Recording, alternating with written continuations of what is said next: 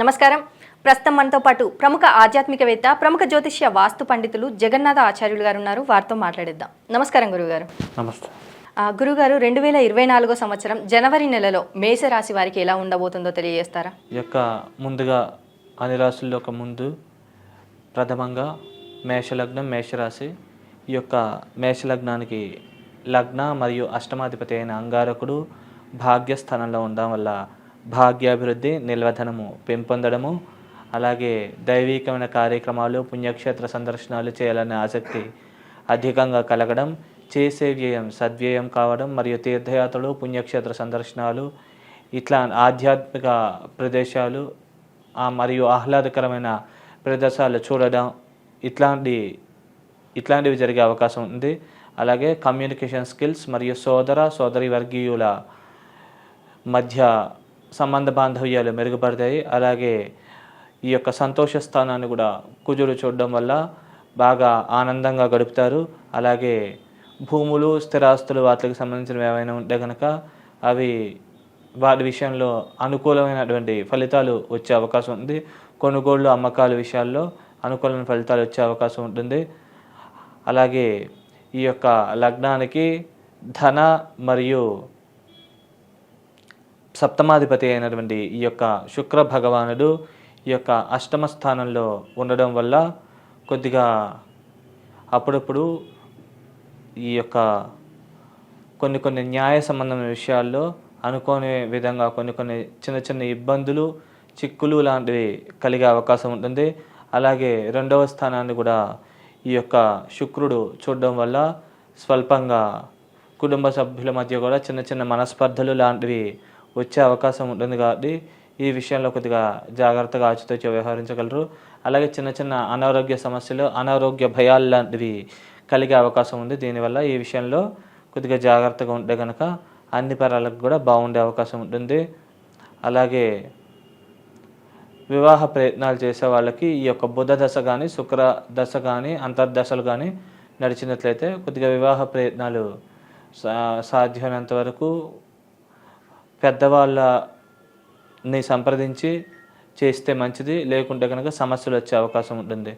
అలాగే ఈ లగ్నానికి తృతీయ మరియు షష్టమాధిపతి అయినటువంటి బుధ భగవానుడు కూడా అష్టమ స్థానంలోనే ఉండడం వల్ల కొద్దిగా న్యాయ సంబంధమైన, కోర్టుకి సంబంధించిన విషయాల్లో మరియు శత్రు రోగ రుణాది పీడలు ఇలాంటివి అధికంగా కలిగే అవకాశం ఉంది. ముఖ్యంగా బుధ దశలు, అంతర్దశలు నడిచినట్లయితే ఈ ప్రభావం ఎక్కువగా ఉంటుంది. అలాగే సోదరి వర్గీయులతో కూడా ఈ బుధ దశలు, అంతర్దశలు నడిచినట్లయితే స్వల్పమైనటువంటి విభేదాలు లాంటివి వచ్చే అవకాశం ఉంది. అలాగే ఈ లగ్నానికి చతుర్థాధిపతి అయినటువంటి చంద్ర భగవానుడు ఎక్కడ ఉంటే అక్కడ నుంచి శుభ ఫలితాలను ఇచ్చే అవకాశం ఉంది. కాబట్టి చంద్రదశలు, అంతర్దశలు నడిచినట్లయితే కనుక ఫుడ్కి సంబంధించిన బిజినెస్లు మరియు water planners, cool drink shops, కిరాణా సంబంధించిన వాటిల్లో బాగా రాణింపు ఉండే అవకాశం ఉంటుంది. అలాగే ఈ లగ్నానికి పంచమాధిపతి అయినటువంటి ఈ యొక్క సూర్య భగవానుడు ఈ యొక్క భాగ్యస్థానంలోనే ఉండడం వల్ల భాగ్యాభివృద్ధి, నిల్వధనం పెంపొందడం, గవర్నమెంట్కి సంబంధించిన ఉద్యోగాల కోసం ప్రయత్నించే వాళ్ళకి ఈ సమయం బాగా అనుకూలంగా ఉంటుంది. ముఖ్యంగా రవిదశ, అంతర్దశను నడిచినట్లయితే ఈ ప్రభావం ఇంకా ఎక్కువగా ఉంటుంది. కాబట్టి ఈ సమయాన్ని సద్వినియోగం చేసుకుంటే అన్ని పరాలకు బాగుంటుంది.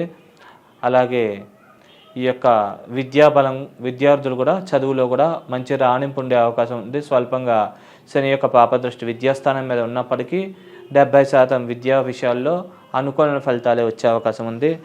అలాగే ఈ లగ్నానికి భాగ్య మరియు వ్యయాధిపతి అయినటువంటి గురు భగవానుడు ఈ యొక్క లగ్నంలోనే ఉండడం వల్ల కొద్దిగా స్టామినా, ఇమ్యూనిటీ పెంపొందుతుంది. దైవికమైన బలం, శక్తి పెంపొందుతుంది. దైవికమైన కార్యాలు, పూజాది కార్యక్రమాలు, పెద్దవాళ్ళని గౌరవించాలి, ఇట్లాంటి ఆసక్తులు అధికంగా కలిగే అవకాశం ఉంది. అలాగే విద్యార్థులు కూడా విద్యలో బాగా రాణించగలుగుతారు విద్యాస్థానాన్ని చూడడం వల్ల. అలాగే వివాహ స్థానాన్ని కూడా గురువు చూడడం వల్ల వివాహ ప్రయత్నాలు చేసే వాళ్ళకి వరుడైతే అనుకూలమైన వధువు, వధువు అయితే అనుకూలమైన వరుడు లభించే అవకాశం ఉంది. కాబట్టి సద్వినియోగం చేసుకుంటే మంచిది. అలాగే భాగ్యస్థానాన్ని చూడడం వల్ల గురువు బంగారానికి, ధనానికి కారణం కాబట్టి ధన నిల్వలు మరియు బంగారు నిల్వలు, బంగారు కొనుగోళ్ళు, అమ్మకాలు, అలాగే కట్టిన ఇల్లు ఇలాంటివి కొనుక్కునే అవకాశం ఉంటుంది. అపార్ట్మెంట్లు కానీ ఇలాంటివి కొనుగోలు చేసే అవకాశం ఉంది కాబట్టి ఈ సమయాన్ని బాగా సద్వినియోగం చేసుకుంటే అన్ని పరాలకు కూడా బాగా యోగించి లాభిస్తుంది. అలాగే ఈ లగ్నానికి దశమ లాభాధిపతి అయినటువంటి శనీశ్వరుడు ఈ యొక్క లాభస్థానంలోనే ఉండడం వల్ల లాభాల పేరుతో స్వల్పమైన నష్టం జరిగే అవకాశం ఉంటుంది. కొద్దిగా వేరే వాళ్ళతో నమ్మకూడదు, నమ్మితే కనుక మోసాలు జరిగే అవకాశం ఉంది.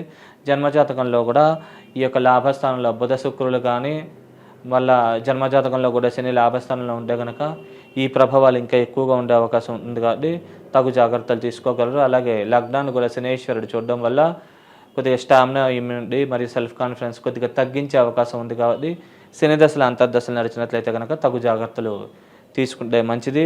అలాగే ఈ యొక్క శనీశ్వరుడు 5వ స్థానాన్ని కూడా చూడడం వల్ల స్వల్పంగా ఈ యొక్క చిన్నపిల్లలకి అప్పుడు శని దశలు అంతర్దశలు నడిచినట్లయితే చదువు మీద నుంచి దృష్టి మళ్ళే అవకాశం ఉంది కాబట్టి జాగ్రత్తగా ఉండే మంచిది ఈ విషయంలో.